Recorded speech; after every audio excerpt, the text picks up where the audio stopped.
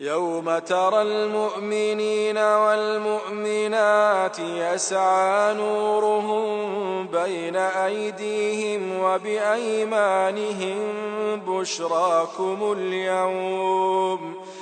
بشراكم اليوم جنات تجري من تحتها الأنهار خالدين فيها، ذلك هو الفوز العظيم.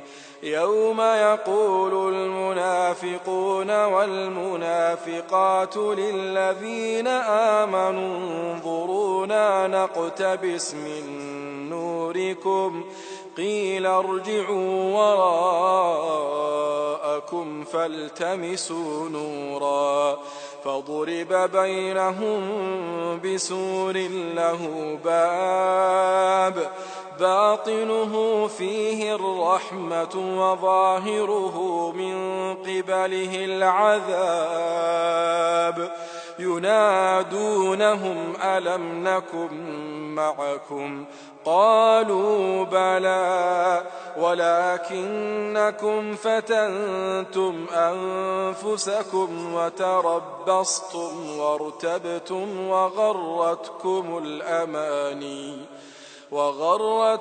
الأماني حتى جاء أمر الله وغركم بالله الغرور.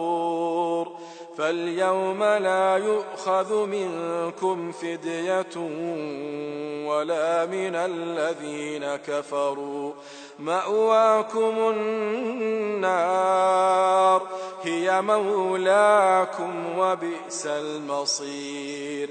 ألم يأن للذين آمنوا أن تخشع قلوبهم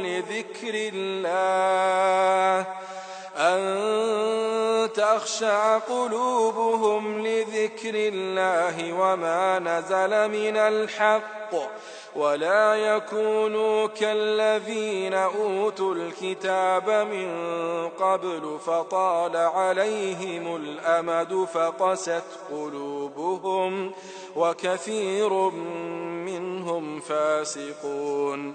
اعلموا أن الله يحيي الأرض بعد موتها قد بينا لكم الآيات لعلكم تعقلون. إن المصدقين والمصدقات وأقرضوا الله قرضا حسنا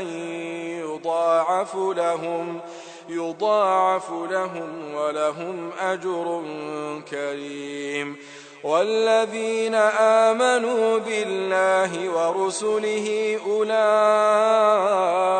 هم الصديقون والشهداء عند ربهم لهم أجرهم ونورهم. والذين كفروا وكذبوا بآياتنا أولئك أصحاب الجحيم. اعلموا أنما الحياة الدنيا لعب ولهو وزينة وتفاخر بينكم وتكاثر في الأموال والأولاد كمثل غيث أعجب الكفار نباته ثم يهيج فتراه مصفرا ثم يكون حطاما وفي الآخرة عذاب شديد ومغفرة من الله ورضوان وما الحياة الدنيا إلا متاع الغرور.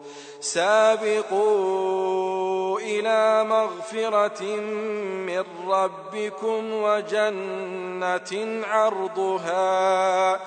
وجنة عرضها كعرض السماء